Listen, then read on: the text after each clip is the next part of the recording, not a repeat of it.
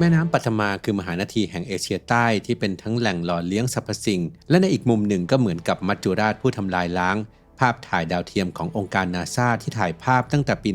1988 ถึง 2018 นั้นเผยให้เห็นร่องน้ำที่คดเคี้ยวและเกลี้ยวกราดในช่วงเวลากว่า 30 ปีมันเปลี่ยนแปลงเส้นทางได้อย่างน่าประหลาดกัดเซาะแผ่นดินจนพรากบ้านเรือนและวิถีชีวิตผู้คนอีกทั้งสายน้ำแห่งนี้ก็ยังเป็นสมรภูมิของความขัดแย้งทางอุทกรัฐศาสตร์ข้ามชาติที่ตึงเครียดมีสันทรายที่เต็มไปด้วยการกราดยิงแย่งชิงทรัพยากรและรวมไปถึงมีความพยายามตอกเสาเข็มลึกที่สุดในโลกเพื่อสร้างสะพานข้ามสายน้ำแห่งนี้ที่กลับต้องแลกมาด้วยวิกฤตเศรษฐกิจระดับชาติไปติดตามกันครับ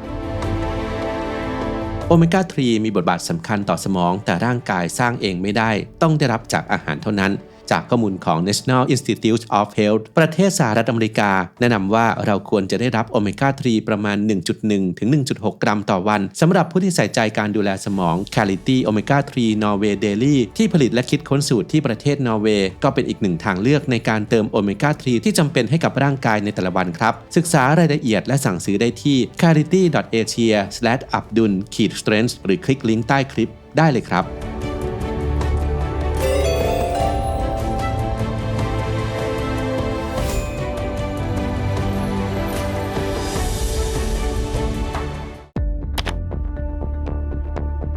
ภาพถ่ายดาวเทียมขององค์การนาซาในช่วงหลายทศวรรษที่ผ่านมาแสดงให้เห็นว่าแม่น้ำปัทมากำลังเปลี่ยนแปลงรูปร่างอยู่ตลอดเวลาตั้งแต่ปี 1988 ถึง 2018 กว่า 30 ปีแม่น้ำสายนี้เริ่มต้นในฐานะสายน้ำสาขาหลักของแม่น้ำคงคารับมวลน้ำที่ละลายจากฐานน้ำแข็งบนเทือกเขาฮิมาลัยไหลผ่านที่ราบลุ่มทางตอนเหนือของอินเดียเข้าสู่ประเทศบังกลาเทศมวลน้ำนี้ไหลไปรวมกับแม่น้ำจามูนาซึ่งเป็นส่วนปลายของแม่น้ำพรหมบุตรเกิดเป็นลำน้ำปัทมาที่กว้างใหญ่ก่อนจะบรรจบกับแม่น้ำเมฆนาและปลดปล่อยมวลน้ำลงสู่อ่าวเบงกอลในบางจุดและบางช่วงเวลาของปีปริมาณน้ำที่ไหลหลากผ่านแม่น้ำตลอดทั้งสายนี้มีความรุนแรงและมีมวลน้ำมหาศาลเป็นอันดับ2ของโลกรองจากแม่น้ำแอมะซอนลักษณะทางภูมิศาสตร์ของลำน้ำสายนี้ไม่มีชั้นหินดานหรือหินแข็งตามธรรมชาติปกป้องตลิ่งแต่อยู่บนชั้นตะกอนทรายหนาที่ถูกกัดเซาะได้ง่ายเมื่อถึงฤดูมรสุมที่มีมวลน้ำและตะกอนมหาศาลไหลลงมาแม่น้ำจะคดเคี้ยวแบบโค้งตวัดและเปลี่ยนรูปเป็นแม่น้ำประสานสายที่มีสันทรายโผล่แทรกกลางน้ำตั้งแต่ปี 1967 เป็นต้นมาแม่น้ำปัทมาได้กลืนกินแผ่นดินและตลิ่งไปแล้วกว่า 66,000 เฮกตาร์หรือประมาณ 412,500 ไร่เทียบเท่ากับขนาดของเมืองชิคาโกได้ทั้งเมืองหากเทียบกับบ้านเราก็จะพอๆกับจังหวัดนนทบุรีที่มีพื้นที่ราว 622.3 ตารางกิโลเมตร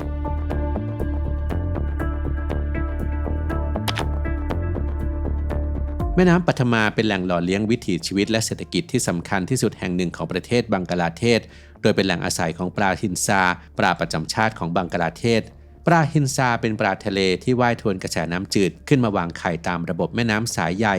ลุ่มน้ำปัทมาที่มีตะกอนอุดมสมบูรณ์ทำให้ปลาฮินซาจากที่นี่ขึ้นชื่อว่ามีรสชาติดีที่สุดเนื้อนุ่มและมีกลิ่นหอมเฉพาะตัวประเทศบังกลาเทศเป็นผู้ครองตลาดปลาฮินซา86-97%ของโลกและอุตสาหกรรมนี้สร้างมูลค่าคิดเป็นกว่า1%ของผลิตภัณฑ์มวลรวมในประเทศหรือ GDP และหล่อเลี้ยงชีวิตผู้คนกว่า 2.5 ล้านคนในห่วงโซ่อุปทานนอกจากปลาที่เป็นเหลี่ยมคมทางเศรษฐกิจแล้วหนึ่งในข้อดีของแม่น้ำปัทมาคือพฤติกรรมของแม่น้ำปัทมาที่กัดเซาะตลิ่งฝั่งหนึ่งแล้วก็จะนำตะกอนทรายมหาศาลไปทับถมจนเกิดเป็นสันทรายและเกาะกลางน้ำที่เรียกว่าจาขึ้นในอีกฝั่งหนึ่งเกาะเกิดใหม่เหล่านี้มีความอุดมสมบูรณ์เป็นแหล่งที่ดินทำกินใหม่สำหรับประชากรที่สูญเสียที่อาศัยจากการกัดเซาะของแม่น้ำ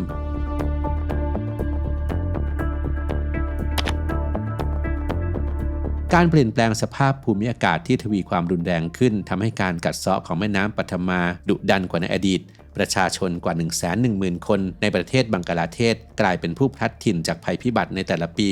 ผู้มีรายได้น้อยจากชนบทจำนวนถึง 400,000 คนต้องทิ้งถิ่นฐานอพยพเข้าสู่สลัมที่แออัดในกรุงทากานำไปสู่ปัญหาความเปราะบางทางสังคม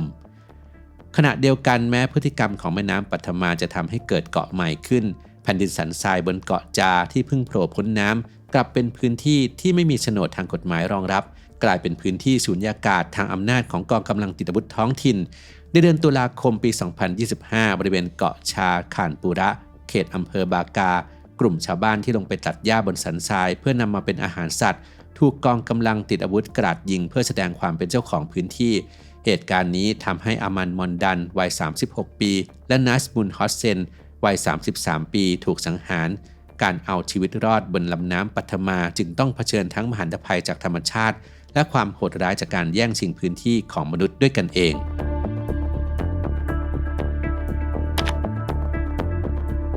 ปัญหาสายน้ำถูกยกระดับเป็นความขัดแย้งทางอุทกรัฐศาสตร์ข้ามพรมแดนวิกฤตการณ์นี้เริ่มขึ้นในปี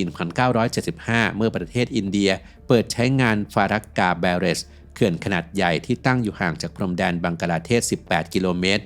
เป้าหมายคือการผันน้ำจากแม่น้ำคงคาตอนบนเข้าสู่แม่น้ำฮุกรีเพื่อรักษาระดับน้ำให้เรือบรรทุกสินค้าสามารถเข้าสู่ท่าเรือโกลกาตาได้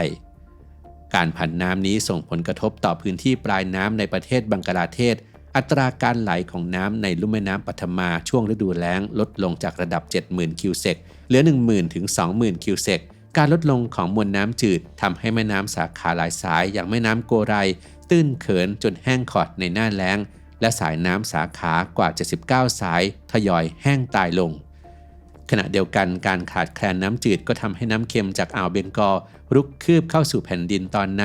ทำลายพื้นที่เกษตรกรรมและสร้างความเสียหายต่อป่าชายเลนซุนดาบันส์แม้จะมีการทำสนธิสัญญาปันน้ำคงคาระหว่างอินเดียและบังกลาเทศในปี 1996 แต่สนธิสัญญาฉบับนี้ก็กำลังจะสิ้นสุดลงในเดือนธันวาคมปี 2026 นี้รัฐบาลบังกลาเทศภายใต้การนำของนายกรัฐมนตรีทาริก รามานได้อนุมัติโครงการปัทมาแบเรสในเฟสแรกมูลค่ากว่า 2.8 พันล้านดอลลาร์สหรัฐเมื่อเดือนพฤษภาคมปี 2026 โครงการนี้จะสร้างเขื่อนทดน้ำยาว 2.1 กิโลเมตรเพื่อกักเก็บมวลน้ำในฤดูมรสุมไว้ผลักดันน้ำเค็มในฤดูแล้งนักวิทยาศาสตร์เตือนว่าการกักเก็บและชะลอกระแสน้ำในแม่น้ำปัทมาอาจจะทำให้แม่น้ำพรหมบุตรที่มีความลาดชันสูงกว่าเบี่ยงทิศทางกระทันหันและสร้างภัยน้ำท่วมได้นอกจากนี้การดักจับตะกอนดินไว้หลังเขื่อนจะทำให้แผ่นดินชายฝั่งขาดแคลนตะกอนสำหรับพอกแผ่นดินและนำไปสู่การทรุดตัวของพื้นที่ตามชายฝั่งที่กำลังเผชิญกับระดับน้ำทะเลหนุน